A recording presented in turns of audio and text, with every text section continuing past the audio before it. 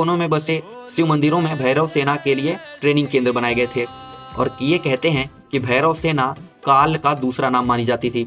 ये हर तरह के युद्ध में माहिर होते थे। भैरव सेना दुश्मनों के लिए मौत के समान थी। इस समय सम्राट विक्रमादित्य के पास विश्व की सबसे शक्तिशाली सेना थी, जो अपने अंतिम परिणाम में मात्र और मात्र जीत ही चाहती थी। इसी सेना के साथ सम्राट विक्रमादित्य ने संपूर्ण भारत भूमि को शकों से मुक्त कराने के लिए एक बृहत्तर अभियान चलाया और इसी समय उज्जैन के महाकुंभ के समय भारत की भैरव सेना ने महाकुंभ स्नान के बाद शकों पर काल बनकर टूट पड़ी थी।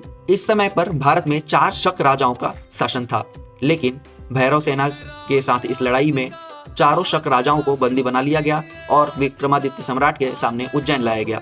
लेकिन उनके सामने लाते ही इन चारों शक राजाओं को तुरंत समाप्त कर दिया गया। अपने शासन के 40 से 50 वर्षों में ही राजा विक्रमसेन ने अखंड भारत पर एक छत्रराज स्थापित किया और चक्रवर्ती सम्राट की उपाधि धारण की। सम्राट विक्रमादित्य का शासन कहाँ तक फैला था, इसका वर्णन भविष्य पुराण और स्कंद पुराण में भी मिलता है। विक्रमादित्य के बारे में प्राचीन अरबी साहित्य में भी विस्तार से वर्णन है। उस वक्त उनका शासन अरब देश तक फैला था। दरअसल विक्रमादित्य के शासन के बारे में यह कहा जाता है कि इनके राज्य मिस्र और अरब देश तक भी फैले हुए थे और लगभग संपूर्ण देश के लोग इनके नाम से परिचित थे।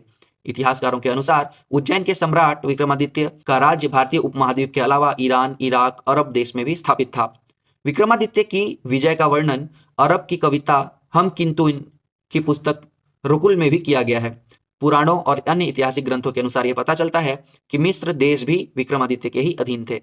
जहां के तुर्की के एक प्राचीन शहर इस्तांबुल की प्रसिद्ध लाइब्रेरी में मकतब सुल्तानिया एक ऐसा ऐतिहासिक ग्रंथ पढ़ा है जिसमें सम्राट विक्रमादित्य से संबंधित एक शिलालेख उपलब्ध है, जिसमें यह कहा गया है कि वे लोग बड़े ही भाग्यशाली हैं जिन्होंने सम्राट विक्रम के राज्य में जन्म लिया। यह राजा बहुत ही दयालु और उदार और कर्तव्यनिष्ठ हुआ करता था, जो हर एक व्यक्ति के कल्याण के बारे में ही सोचता था। तुर्क और रोमन साम्राज्यों के इतिहास में यह भी वर्णन मिलता है कि राजा विक्रमादित्य हर व्यक्ति के कल्याण के बारे में सोचने के साथ साथ उनके देशों में भी विद्वानों को भेजा ताकि वहां के लोग भी शिक्षित हो सके। कई पश्चिम देशों के इतिहासकारों का यह मानना है कि महाराजा विक्रमादित्य ने उनके देश में कई शिक्षकों को भेजा था और अपने धर्म का काफी प्रचार प्रसार किया था। इन्हीं किताबों में यह भी लिखा गया है कि जहां विक्रमादित्य की सेना आक्रमण करती, वहां शत्रुओं की लाशों के ढेर लग जाते, शत्रु दल मैदान छोड़कर भाग जाते।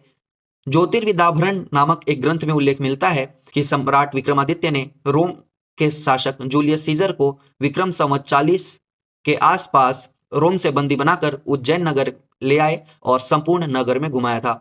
रोम देश में भी इस घटना का बराबर उल्लेख मिलता है। मानना है कि रोम के समुद्र से आई उस भयानक सेना को हमारी सेना रोक नहीं पाई